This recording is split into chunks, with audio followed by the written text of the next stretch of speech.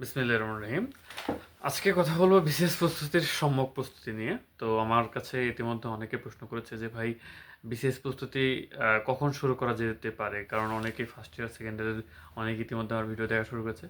তো বিসিএস প্রস্তুতি কখন শুরু করা যেতে পারে? আমি বলব যে পারফেক্ট টাইম একেকজনের কাছে একেক সময়। কারণ অনেকে অনার্সের পর শুরু করে, অনেকে ফার্স্ট ইয়ার থেকে শুরু করে। তবে আমার কাছে মনে হয় যে থার্ড ইয়ার থেকে শুরু করলে এনাফ। কারণ হচ্ছে যে ফার্স্ট ইয়ার, সেকেন্ড ইয়ারের ক্যাম্পাস লাইফের জীবনটা এনজয় করতে বা ডিপার্টমেন্টে পড়াশোনা বুঝে উঠতে সময় চলে যায়। তো থার্ড ইয়ার থেকে শুরু করলে হয় কি দেখা যায় যে পর্যাপ্ত সময় পাওয়া যায় এবং হচ্ছে যে থার্ড ইয়ার শুরু করলে প্রায় 3 বছর সময় পাওয়া যায় পরীক্ষা দিতে দিতে। এটা কিন্তু ভালো একটা সময়। আর হচ্ছে যে তখন সম্যক ধারণা থাকে সব কিছু সম্পর্কে। আরেকটা বিষয় হচ্ছে যে সবাই জিজ্ঞাসা করে, স্যার কী দিয়ে শুরু করবো? মানে কোন বই দিয়ে শুরু করবো? আমার কথা হচ্ছে যদি আপনি যেটাতে ইন্টারেস্ট পান সেটা থেকে শুরু করেন। আগে ১ম এ বাংলায় শুরু করতে পারেন। তবে হ্যাঁ, বেসিকটা স্ট্রং করা লাগবে আপনার ইংলিশ এবং হচ্ছে ম্যাথে। ইংলিশ এবং ম্যাথের বেসিক স্ট্রং করার জন্য আপনার কী করবেন? সাধারণত টিউশনই করান অনেকে আমি জানি। আমি নিজেও করেছি। তো এটার জন্য আপনারা করতে পারেন সেটা হচ্ছে যে ইংলিশ এবং গণিতে ছাত্রদেরকে মনোযোগ দেওয়াবেন এবং নিজেও মনোযোগ দিবেন।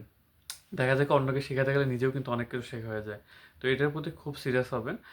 ইংলিশ এবং গণিতকে এভয়েড করে প্রাইভেট পড়াবেন না। এই দুটোর উপর আপনার জোর দিবেন। আপনার যদি দুর্বলতা গণিতে থাকে, দেখা যাচ্ছে গণিতে একটু বেশি ফোকাস দিতে পারেন। এবং ইংলিশেও সেম সেম কাহিনী। আরেকটা বিষয় হচ্ছে যে আর কি পড়া যেতে পারে? হ্যাঁ, আপনি প্রথমত প্রশ্ন ব্যাংক দেখতে পারেন। বিভিন্ন বিসিএস এর প্রশ্ন ব্যাংক, অন্যান্য পরীক্ষার প্রশ্ন ব্যাংক। কারণ প্রশ্ন ব্যাংক কিন্তু আপনাকে হেল্প করবে আগামী যে বছরগুলোতে আপনি যে পরীক্ষা দিবেন তো তাদের প্রশ্নের প্যাটার্নটা কেমন সেটা সম্পর্কে আপনি ধারণা পেতে পারেন। আর আপনার ইন্টারেস্টের বিষয় অবশ্যই পড়বেন যে এই মুহূর্তে আমার ১ম শুরু করতে যাচ্ছি। আপনি যদি ১ম এই শুরু করেন একদম খুব কঠিন জিনিসটা যে এটার দ্বারা আমি সব উদ্ধার করে ফেলবো, বিষয়টা এটা না। সবথেকে সহজ যে বিষয়টা আপনার কাছে সেটাতে আপনি শুরু করেন, তাহলে আপনার মনোযোগটা বাড়বে।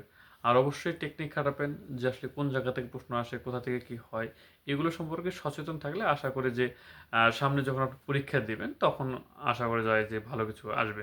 ধন্যবাদ সবাইকে, সাথে থাকুন।